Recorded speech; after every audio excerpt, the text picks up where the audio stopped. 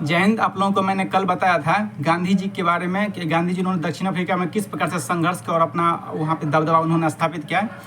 देखिए पूरा मैं फिर से एक बार रिविजन करवा देता हूँ आप लोगों को। देखिए सबसे पहले गांधी जी का जन्म कब हुआ था? तो 2 अक्टूबर 1869 ईस्वी को हुआ था।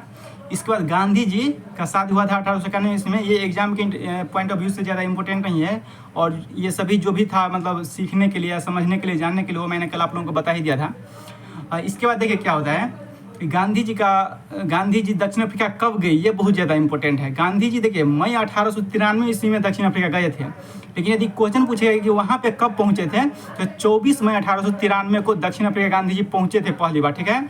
और जब आए थे 9 जनवरी 1915 ईस्वी को, तो इस बीच अवधि में टोटल 21 वर्ष का समय हो गया था। तो पूछा जाएगा कि गांधी जी दक्षिण अफ्रीका में कितने समय तक या कितने वर्षों तक रहे थे, तो टोटल हो जाएगा 21 वर्ष, मतलब 21 वर्षों तक रहे थे, ठीक है। इसके बाद क्या होता है गांधी जी के बारे में, गांधी जी के 4 पुत्र थे, जिनमें कौन पहला का नाम क्या था? ठीक है, गांव घर के आदमी जो होते हैं ना, या पहले जमाना के आदमी सब अपने बेटे बेटी के नाम मतलब जो भगवान के नाम पे ज़्यादा रखता था, जैसे लक्ष्मी कुमारी, सरस्वती कुमारी, या यदि बेटा है तो राम कुमार, लक्ष्मण कुमार, मोहन कुमार, इस टाइप का नाम मतलब भगवान का नाम पड़ता है। गांधी जी भी इससे अछूते नहीं थे। गांधी जी ने सबसे बेटा का नाम रखा था क्या? सबसे बेटा का नाम था हरिलाल, मतलब हरि भगवान के नाम पे हरिलाल, फिर था मनीलाल, फिर था रामदास, सबसे छोटे का नाम था देवदास।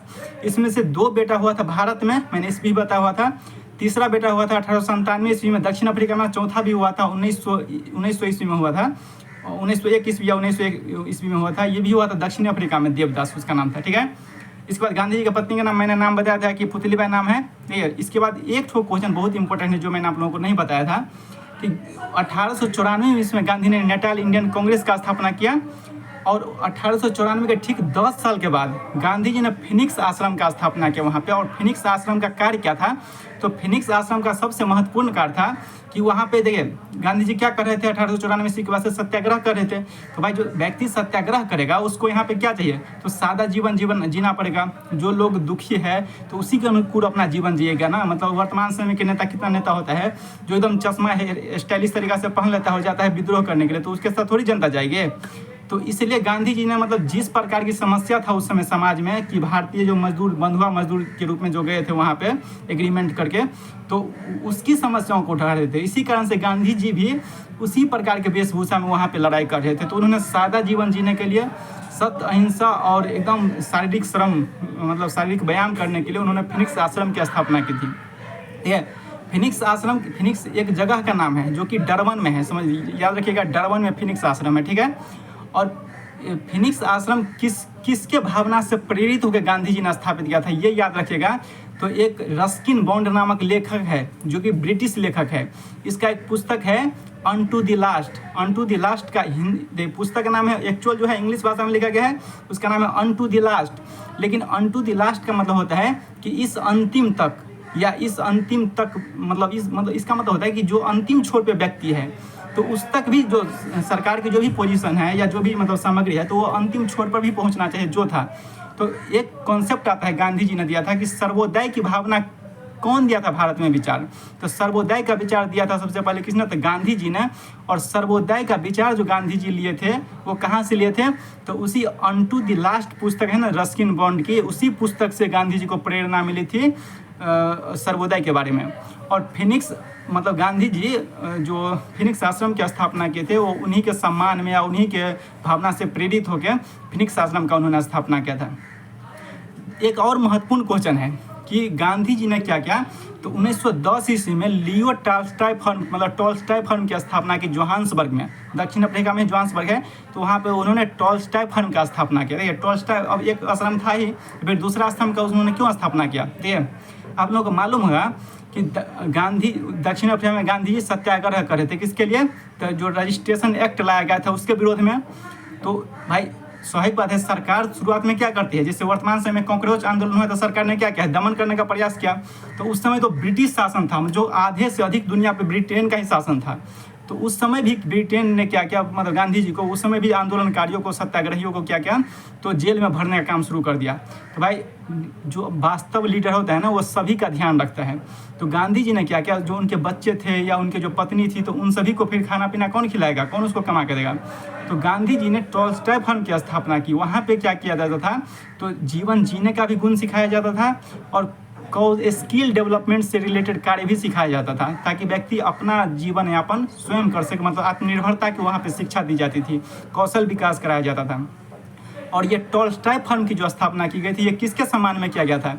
ये किया गया था लियो टॉल्स्टॉय, जो कि एक रूसी लेखक थे, उसके सम्मान में उन्होंने किया था। लियो टॉल्स्टॉय का एक प्रसिद्ध पुस्तक है जो कि एग्जाम में पूछा जाता है, इसका नाम है वार एंड पीस, मतलब युद्ध और शांति, इसका हिंदी नाम हो गया। तो गांधी जी इस पुस्तक से भी काफ़ी प्रभावित थे, मतलब बहुत ज़्यादा प्रभावित थे। गांधी जी के मन में जो मतलब सत्य, अहिंसा और जो सादगी जीवन जीने का जो प्रेरणा है, प्रेम का जो प्रेरणा है ना, वो लियो टॉल्स्टॉय के पुस्तक वार एंड पीस से ही उन्होंने लिया है। तो इसी कारण एक क्वेश्चन ये भी पूछा जाएगा कि वार एंड पीस के रचयिता कौन है वास्तव में? तो ये रचयिता है कौन? लियो टॉल्स्टॉय लेखक है। और एक और क्वेश्चन है, गांधी जी ने जो रस्किन बॉन्ड की पहले जो रस्किन बॉन्ड की पुस्तक थी अन टू द लास्ट, इसका उन्होंने गुजराती भाषा में अनुवाद किया, उसका नाम है सर्वोदय, नाम से उन्होंने गुजराती भाषा में अनुवाद किया है। एक और क्वेश्चन पूछेगा, गांधी जी का पहला पुस्तक का नाम क्या है? तो गांधी जी का पहला पुस्तक का नाम है हिंद स्वराज। और ये पुस्तक उन्होंने कहाँ लिखा था? तो जहाज के ही यात्रा में। भाई देखिए, कोई आदमी जहाज जाता है तो एंजॉय करते हुए जाता है, लेकिन गांधी जी ने समझिए कि अपने जहाज के यात्रा के दौरान एक पुस्तक लिख डाली। जहाज के जाने में पहले टाइम लगता था, ये जहाज जा रही थी लंदन से दक्षिण अफ्रीका जा रही थी। उसी समय उस जहाज का नाम था SS किल्डोनन नामक जहाज है, SS किल्डोनन कास्टल नामक जहाज था। उसी में गांधी जी ने हिंद स्वराज नामक पूरा पुस्तक लिख डाली। और इस पुस्तक में दक्षिण अफ्रीका में जो पहली बार संघर्ष किया गया था, ये 1909 ईस्वी में लिखा गया था।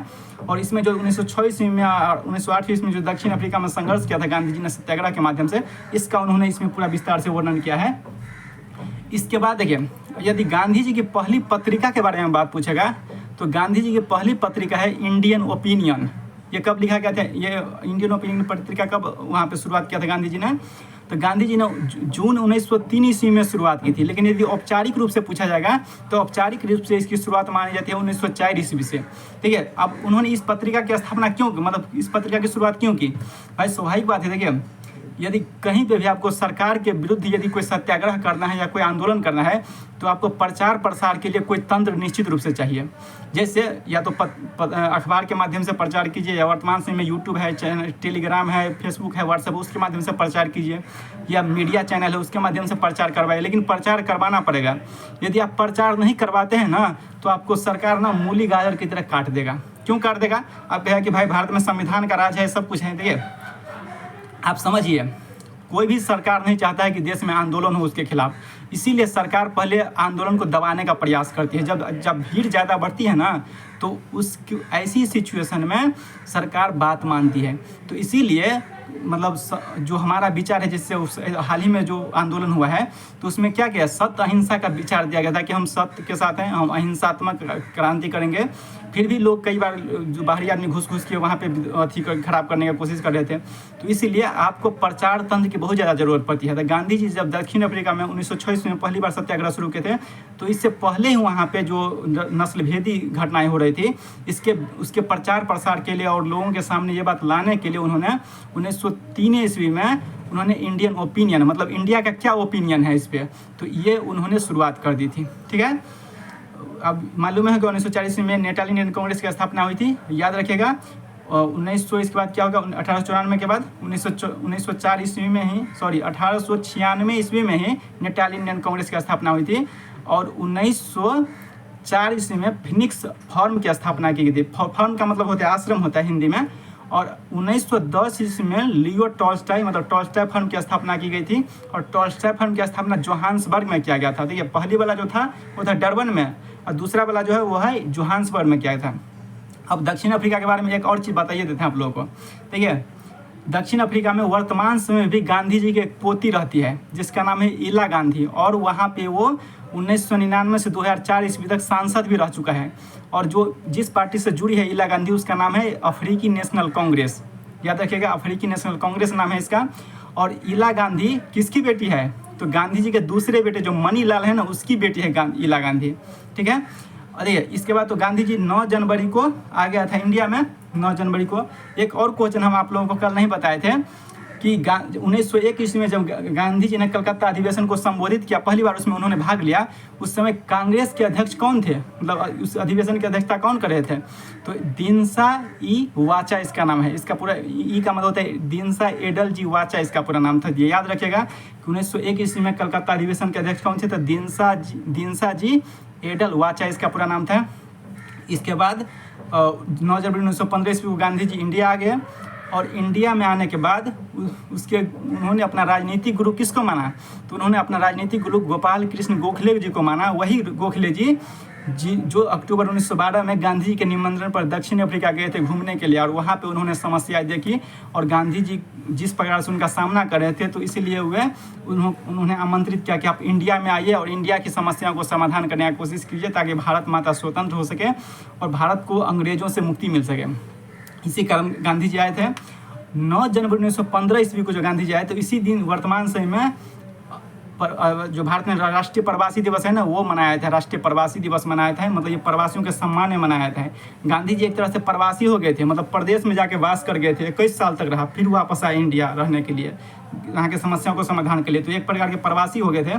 तो फिर मतलब वर्तमान समय में सरकार प्रवासियों को भारत आने के लिए आमंत्रित करती है, और कहती है कि जिस प्रकार से गांधी जी ने मतलब सत्याग्रह किया था, इतना बड़ा मतलब कार्य किया था, इसी प्रकार से आप भारत के वर्तमान विकास में योगदान दीजिए। अब आंदोलन करने की जरूरत नहीं है, अब विकास में योगदान देने की जरूरत है। तो इसलिए भारत सरकार आमंत्रित करती है, लोगों को भी सम्मानित करती है। देखिए कई देशों में भारतीय मूल के व्यक्ति सब है जहाँ पे वो प्रधानमंत्री तक बने गए, जैसे मॉरिशस है, इस पर और भी कई अफ्रीकी देश है जहाँ पे भारत के आदमी सब बड़े बड़े पदों पे आसीन हो गए हैं। ब्रिटेन में भी कई सुनते होइएगा कि न्यूज़ में आप लोग की मेयर बन चुका है भारतीय मूल के व्यक्ति। अमेरिका में भारतीय मूल के व्यक्ति मेयर बन चुके हैं। तो ये कब गए थे वे लोग, तो ज़्यादा लोग गए थे वही अंग्रेज के समय में 1910 से 1914 ईस्वी के दौरान, जब बंधुआ मजदूरी के तौर पर उन्हें काम कराने के लिए ले गए थे। लेकिन धीरे धीरे होता है ना कि भारतीय आदमी कहीं भी जाता है ना, तो धीरे धीरे शुरुआत करता है और बड़े स्तर तक पहुंच जाता है। तो वही काम गांधी जी ने, वही काम मतलब वहाँ के आदमी सब ने किया था, और अभी बड़े बड़े पद पे आसीन है। तो गांधी जी जब इंडिया आए, तो गांधी जी को क्या कहा गया, गोपाल कृष्ण गोखले जी ने कहा कि आप 1 वर्ष तक किसी बड़े व्यक्ति का विरोध भी नहीं कीजिएगा और किसी बड़े आंदोलन में भाग भी नहीं लीजिएगा। मतलब सिर्फ 1 साल तक आप पूरे इंडिया घूमिए और इसका अनुमान लगाइए कि यहाँ पे समस्या पहले क्या है, और समस्या है तो उसका समाधान क्या हो सकता है। पहले एक्शन नहीं लेना है, पहले पता कीजिए कि समस्या है क्या आखिर। तो 1915 से 16 ईस्वी के दौरान गांधी जी ने पूरा इंडिया घूमने, मतलब रेलवे कलकत्ता गए, इसके बाद मतलब विभिन्न प्रांतों में, बॉम्बे गए, दक्षिण भारत गए, फिर उत्तर भारत गए, दिल्ली, मतलब पूरा इलाका जहाँ जहाँ हॉट सेंटर था, तो वहाँ पे उन्होंने जा के समस्या देखने का प्रयास किया। राजनीतिक नेताओं सबसे मिले, जिनमें गोपाल कृष्ण गुरु ही जी थे, फिरोज शाह मेहता थे, सूर्यनाथ बनर्जी थे, और भी बड़े बड़े जो लीडर थे, उन लोगों से गांधी जी मिले और वहाँ पे समस्याओं को समझने का प्रयास किया। इसके बाद गांधी जी को बिहार में प्रथम बार, बिहार के व्यक्ति जो कि 1916 ईस्वी का लखनऊ अधिवेशन हुआ था, कौन मिले थे वहाँ पे बिहार के व्यक्ति, तो राजकुमार शुक्ल जी मिले थे। और राजकुमार शुक्ल जो मिले थे, तो उन्होंने बिहार आने का आमंत्रण दिया। ठीक है, तो 1916 ईस्वी में गांधी जी नहीं आए अपने गुरु के बात को अपमान करके। 1917 ईस्वी में गांधी जी आए इंडिया, और इसके बाद तो पूरा इतिहास है कि गांधी जी ने बिहार के चंपारण सत्याग्रह जब किए, तो क्या रहा परिणाम। अंग्रेजों को न केवल झुकने पर विवश कर दिया, बल्कि अपना बात भी मनवाए और 3 कठिया प्रणाली को समाप्त भी किया गया। तो आज हम रहने देते हैं इंडिया में, केवल यहाँ तक शुरुआत करते हैं। कल से शुरू करेंगे कि गांधी जी ने इंडिया में किस प्रकार से धमाल मचाया, तो ये बात मैं कल से पूरा करूँगा कि इंडिया में फिर चंपारण सत्याग्रह कैसे हुआ, फिर असहयोग आंदोलन की भावना गांधी के मन में कैसे उत्पन्न हुई, फिर सविनय अवज्ञा आंदोलन, उसके बाद फिर भारत छोड़ो आंदोलन, गांधी जी ने कैसे फैसला लिया। भारत छोड़ो मतलब अंग्रेजों के पास अल्टीमेटम कैसे दे दिया कि जाना ही पड़ेगा, इस टाइप का अल्टीमेटम था एक प्रकार के। फिर स्वतंत्रता कैसे मिली, और फिर अंतिम में गांधी जी का मतलब जो बड़े एक दुर्भावनापूर्ण होता है ना, कि दिल आदमी का हृदय विदीर्ण हो जाता है, इस प्रकार की घटना हुई कि गांधी जी को गोली मार दिया गया अंतिम में। तो ये घटना किस प्रकार से हुई, तो ये पूरा मैं एक दिन में तो नहीं हो पाएगा, लेकिन इसका 2-3 पार्ट बनेगा। मैं पूरी जानकारी आपको एक एक तरीके से बताऊंगा, और इसका उपयोग आप किसी भी एग्जाम में भी कर सकते हैं, नॉलेज के लिए भी कर सकते हैं, किसी को कहानी सुनाने के लिए भी कर सकते हैं। तो ये इसी फॉर्म में रहेगा।